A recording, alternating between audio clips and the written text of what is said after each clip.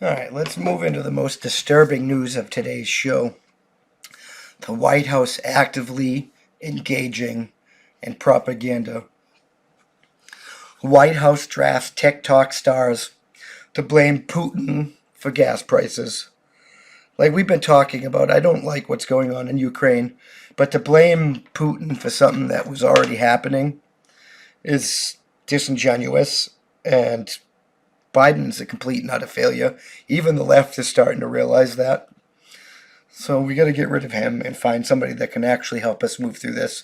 That's not going to blame our problems on other problems instead of taking responsibility for themselves.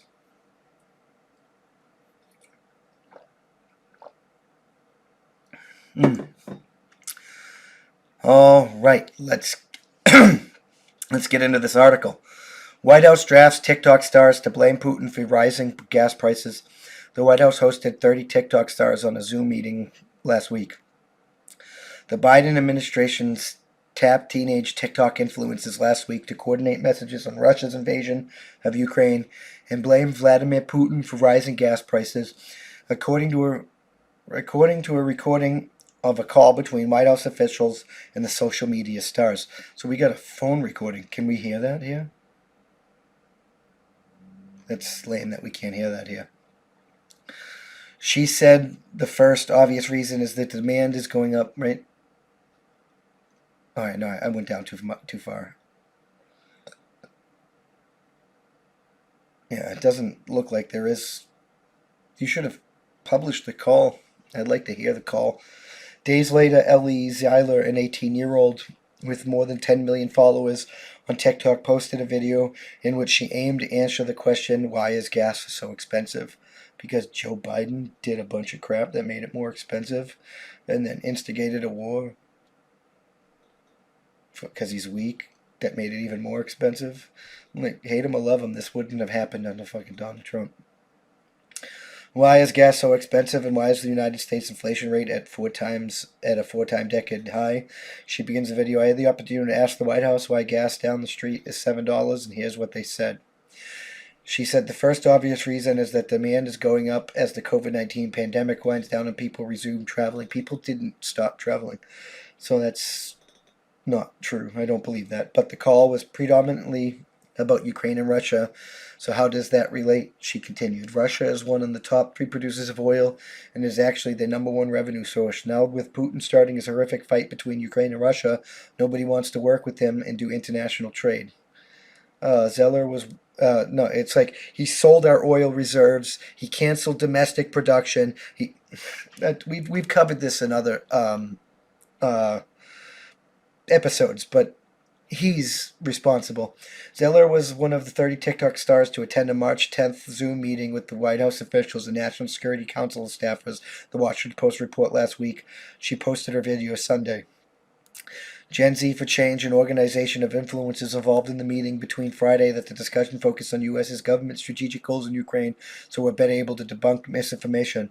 I mean, I'm glad to see that some of these influencers are starting to get into the press conferences and stuff, but they should be asking questions, not like they should be asking scrutinizing questions and know what they're talking about before they go listen to the government talk about stuff. Like, these are the people are listening to. Like, it's you should. Plenty of people have done videos about like watching these people's videos. It's ridiculous. As a coalition that reaches 500 million people, we are grateful that the White House chooses to work with us to keep people informed, the group continued. The Post also published a 51-minute video recording of the call. Rob Flattery, the White House Director of Digital Strategy, told the TikTokers in the recording that the meeting would be similar to a background call for reporters and that he saw their reach as a critical, important avenue for the American public. White House Press Secretary Jen Psaki also attended. Officials discussed the nuts and bolts of the state of the Russian invasion before delving into a question and answer portion. Zeller had asked the officials specifically about the inflation and what it meant for the future of the country and for the young people. Psaki then fielded the question attributing the inflation to several factors: supply chain issues, the pandemic, and rising costs of energy, all of which you're directly responsible for, which she initially conceded had begun its climb before Putin's invasion. At least she conceded that. But when it came to gas prices, she said, no, that happened before that.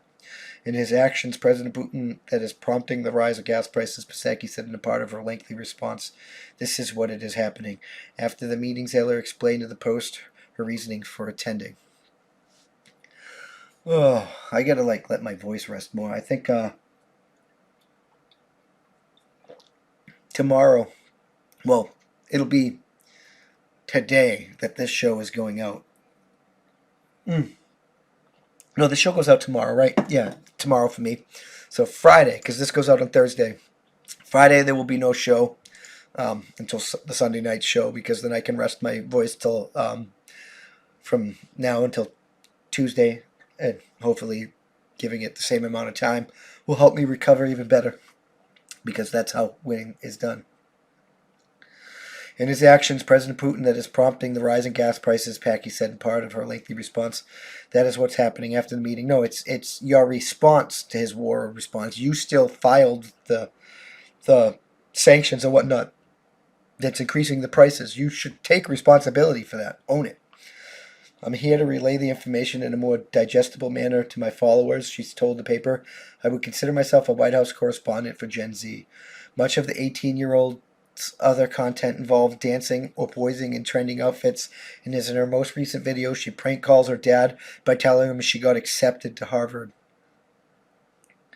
Yeah, these are the people that you should be getting your news from. I'm not saying that Gen Z can't have good news people, but you should be talking to actual news people, not random people that are just going to listen to the White House and parrot whatever they're going to say. You want people that are going to be responsible and ask questions like, what specifically did Putin do that caused the gas prices to rise? That wasn't your response to that because of XYZ. That's the type of shit that we need. But instead, we get White House issuing propaganda to 18-year-old TikTok stars. We've reached peak clown world. Latimer Crowder had the right title for his show. He jumped on it. Thank you for checking out this clip of my Thought of the Day podcast. You can catch this podcast every Tuesday through Friday at that'sonpoint.info by 5 p.m. Eastern Standard Time, because that's how winning is done. New clips go out daily, and we can't do this without you, so we appreciate your support. With that being said, consider joining for $5 a month, and you get early access to the uncensored version of this, early access to our weekly That's On Point podcast, and access to exclusive content only for members. All the money that we receive is going to go funnel back into this to hire more journalists and do more things for you guys, because that's how winning is done. It really is. We got a merch store and stuff. You can help there, and if you can't help via money, you can always just leave a comment, and share this out there, because that helps us more than you can immensely know. That's the best way to help. Just leave a comment, and share. And if you're listening to us, leave a review. Leave a good review. Help us boost us in the podcast ratings and get us up there, because that's how winning is done. We'll see you in the next one. Peace.